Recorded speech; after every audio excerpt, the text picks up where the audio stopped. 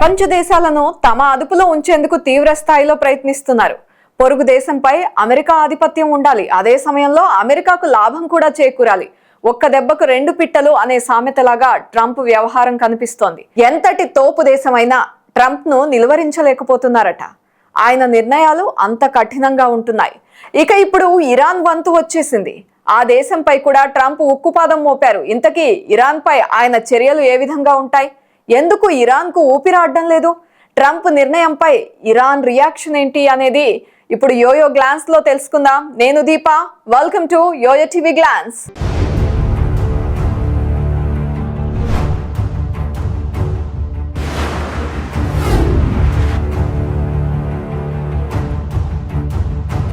గతంలో కంటే కూడా ఇప్పుడు ఇరాన్ అంత స్ట్రాంగ్ గా ఏం లేదు. ఇరాన్ పెంచి పోషించిన హమాస్ దాదాపుగా నాశనమైతే ఇజ్రాయెల్ దెబ్బకు ఇరాన్ ఆయుధ తయారీ కేంద్రాలు కూడా భారీగా నష్టపోయాయి. ఈ నేపథ్యంలోనే సొంతగానే అణుబాంబులు తయారు చేసుకునేందుకు ఇరాన్ తీవ్ర ప్రయత్నాలు చేస్తోంది. ఈ విషయాన్ని గమనించిన ట్రంప్ మరోసారి ఆంక్షల కొరడా ఝళిపించారు.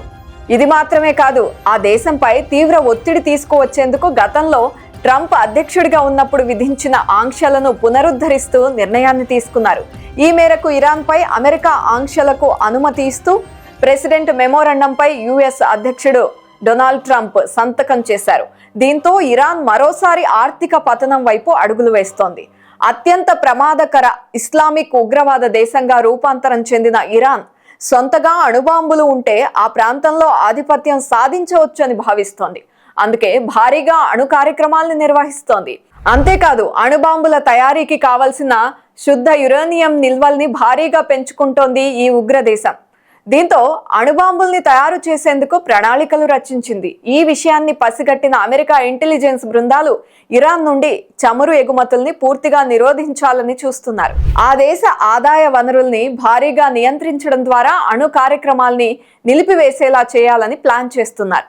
విదేశీ విధానంలో ట్రంప్ అనుసరిస్తున్న ధోరణిని అంచనా వేసిన ఇరాన్ ట్రంప్ ఆంక్షల హెచ్చరికలతో దిగి వచ్చింది. అమెరికా అధ్యక్షుడు డొనాల్డ్ ట్రంప్ తో తమ దేశంలో నిర్వహిస్తున్న అణు సంబంధ కార్యక్రమాలపై చర్చించేందుకు సిద్ధమంటూ ప్రకటించింది. ఆయన పంపే సందేశం కోసం తన అధికారులు వేచి చూస్తున్నారంటూ ఇరాన్ అధికారికంగానే ప్రకటించింది. ఇప్పటికే అనేక ఆర్థిక, రాజకీయ అస్థిరతలతో కుంగుబాటుకు గురవుతున్న ఇరాన్ కు అమెరికా ఆంక్షలు మరిన్ని ఇబ్బందుల్ని తీసుకువచ్చే అవకాశం ఉంది. ఇప్పటికే ట్రంప్ చర్యలతో ఇరాన్ కరెన్సీ భారీగా పతనమైంది. ట్రంప్ ప్రభావంతో చరిత్రలోనే రికార్డు పతనాన్ని ఆ దేశం నమోదు చేసింది. ఏకంగా ఒక్క అమెరికా డాలర్ మారకం విలువ 42,000 రియాల్స్ కి చేరుకుంది. దీంతో ఎగుమతులు, దిగుమతుల విషయంలో ఇరాన్ చాలా తీవ్రంగా నష్టపోబోతోంది. ట్రంప్ ను ప్రసన్నం చేసుకునేందుకు ప్రయత్నాలు ప్రారంభించిన ఇరాన్ విదేశాలకు అందించే సాయాన్ని నిలుపుదల చేసిన ట్రంప్ నిర్ణయాన్ని స్వాగతించింది. ఇది పరోక్షంగా దాని శత్రు దేశమైన ఇజ్రాయెల్ కు సాయం నిలిచిపోవడాన్ని దృష్టిలో పెట్టుకుని చేసిన ప్రకటనగా నిపుణులు భావిస్తున్నారు. మరోవైపు అమెరికా అధ్యక్షుడు సైతం ఇరాన్తో చర్చలు జరిపేందుకు సుముఖత వ్యక్తం చేస్తున్నారు. ఎట్టి పరిస్థితుల్లో ఇరాన్ వంటి దేశం దగ్గర అణుబాంబులు ఉండేందుకు వీలు లేదంటున్న ఆయన ఓవైపు ఆంక్షలు, మరోవైపు దౌత్య చర్చలు చేపడుతూ ఇరాన్ను దారికి తీసుకువచ్చే ప్రయత్నం చేస్తున్నారు. ఇప్పటికే భారీ యురేనియం నిల్వల్ని సిద్ధం చేసిన ఇరాన్ దాన్ని అణుబాంబుల తయారీకి కావలసినట్లుగా మార్చేందుకు ప్రయత్నం చేస్తోంది. ఇందుకోసం ఆ దేశంలోని సెంట్రిఫ్యూజ్లలో పెద్ద ఎత్తున మార్పులు చేపట్టింది. అయితే ఇప్పటికే 200 కేజీల 60% శుద్ధి చేసిన యురేనియం ఉంది. అణుబాంబులు తయారు చేయాలి అంటే 90% శుద్ధ యురేనియం అవసరం అవుతుంది. అందుకే సెంట్రిఫ్యూజ్లలో మార్పులు చేస్తోంది. పౌర అవసరాల కోసం అయితే ఇప్పుడు ఉన్న సెంట్రిఫ్యూజ్లు కానీ, శుద్ధి చేసిన నాణ్యత కానీ సరిపోతుంది. కానీ అంతకు మించి శుద్ధి చేసేందుకు ప్రయత్నిస్తోందంటే ఖచ్చితంగా అణుబాంబుల కోసమే అని నిపుణులు అభిప్రాయపడుతున్నారు.